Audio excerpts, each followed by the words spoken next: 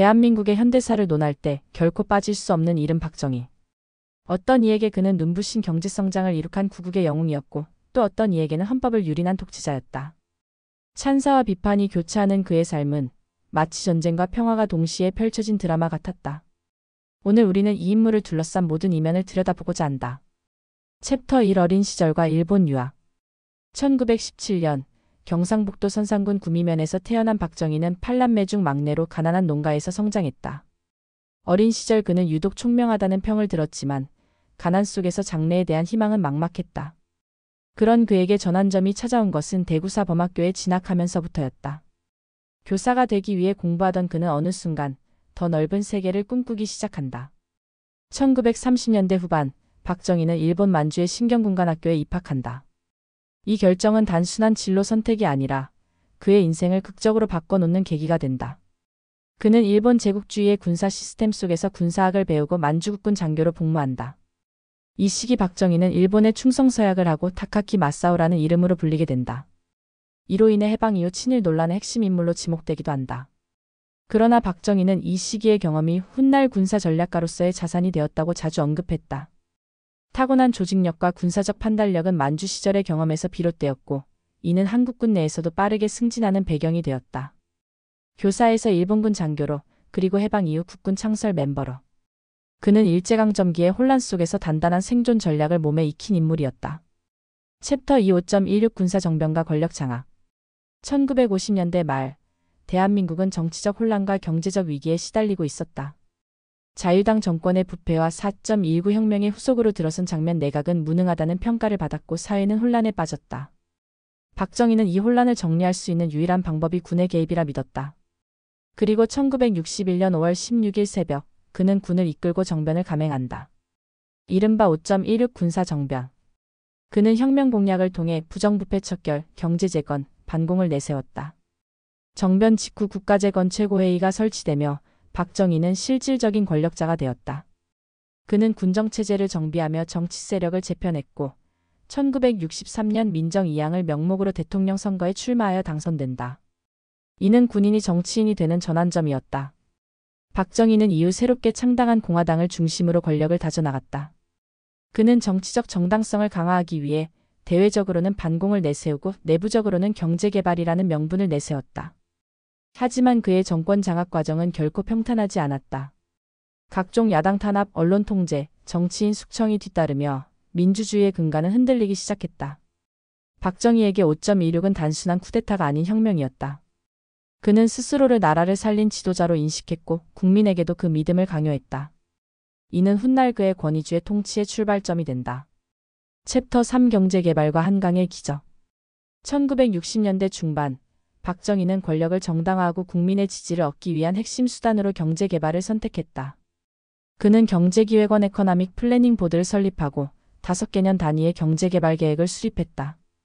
첫 번째 5개년 계획 1962만 1966은 산업 기반 마련과 수출 중심 전략에 중점을 두었다.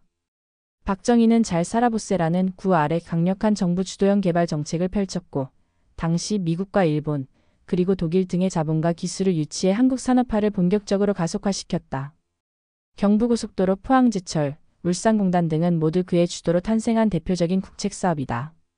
이 시기 한국의 경제성 장률은 연 10%를 넘나들었고 국민의 삶은 눈에 띄게 변화하기 시작했다. 하지만 이런 성장은 노동 착취, 환경 파괴, 빈부격차 확대 등 많은 부작용도 낳았다. 농촌은 도시로 인구가 급격히 유입되며 공동화되었고 대기업 중심의 성장 전략은 재벌의 탄생으로 이어졌다. 그럼에도 불구하고 박정희는 한강의 기적이라는 평가를 이끌어내며 세계적 주목을 받는다. 그에게 있어 경제는 단지 숫자가 아니라 국민을 통치하는 방식이었다. 성장의 성과는 곧 정치적 정당성을 보장해주는 방패였고 이를 통해 그는 점점 더 권위적인 지도자로 변모해갔다. 챕터 4 유신체제의 탄생과 절대 권력. 1972년 박정희는 10월 유신을 선포하며 헌법을 개정한다. 이는 삼선 개헌 이후 더욱 강해진 대통령 권한을 절대화하기 위한 조치였다. 유신헌법은 대통령이 국민의 직접 선거 없이 통일 주최 국민회의를 통해 선출되며 국회 해산권과 비상조치권 등 초헌법적 권한을 부여하는 독재체제의 근간이었다. 박정희는 이를 통해 사실상 대통령 종신제에 가까운 권력을 쥐게 되었다. 모든 언론은 정부에 의해 통제되었고 비판 세력은 중앙정보부를 통해 억압당했다. 그는 반대파를 국가안보를 위협하는 불순 세력으로 규정하고 김대중, 김영삼 등 야당 인사를 감금하거나 탄압했다. 시민의 기본권은 사라졌고 공포는 일상이 되었다. 하지만 동시에 박정희는 끊임없이 성장을 강조하며 경제적 성과를 통해 권력에 대한 정당성을 유지하려 했다. 중화학공업 육성, 수출 증대, 외환 보유고 증가 등 눈에 띄는 경제적 지표는 그의 유신체제를 방어하는 방패였다. 국민 다수는 자유를 희생하면서도 잘 살게 된 현실을 인정했다. 그러나 민심은 점차 이탈하기 시작했다. 유신은 국민의 눈높이와 괴리된 체제였고 각종 부정부패와 권력형 비리는 사회를 피폐하게 만들었다. 박정희는 결국 통제의 극단으로 향하면서 스스로를 고립시켰다. 챕터 5 유신체제의 균열과 민심의 분열. 1970년대 후반 박정희의 유신체제는 점차 내부 모순을 드러내기 시작했다. 눈부신 경제 성장에도 불구하고 사회 각층에서는 불만이 쌓였다. 특히 학생운동과 노동운동이 활발해졌고 야당 역시 민주화를 요구하며 강경한 태도를 보였다. 박정희는 여전히 권력 강화를 시도했지만 국민들의 저항은 더 이상 무시할 수 없는 수준에 이르렀다. 1973년 야당 지도자 김대중 납치 사건은 박정희 정권의 국제적 이미지에 큰 타격을 주었다. 일본 도쿄에서 벌어진 이 사건은 미국과 일본 등 주요 우방국의 비난을 불러일으켰고 인권 문제는 한국 외교의 장애물이 되었다. 국내에서는 긴급조치 구호 등 더욱 강력한 통제로 대응했지만 이는 오히려 반감을 키웠다. 1979년 10월 부마항쟁은 민심의 폭발을 보여주는 신호탄이었다. 부산과 마산에서 벌어진 대규모 시위는 유신체제의 한계를 극명히 드러냈고 박정희는 이를 진압하는 데 군을 동원했다. 그러나 이 과정에서 그의 최측근이었던 중앙정보부장 김재규와의 갈등이 격화되며 예기치 못한 비극으로 이어지게 된다. 이 시기 박정희는 외적으로는 강하지만 내적으로는 고립된 지도자의 전형이 되어 있었다. 그가 이룬 경제 성과조차 더 이상 정당성의 무기가 되지 못했고 국민들은 자유를 갈망하기 시작했다.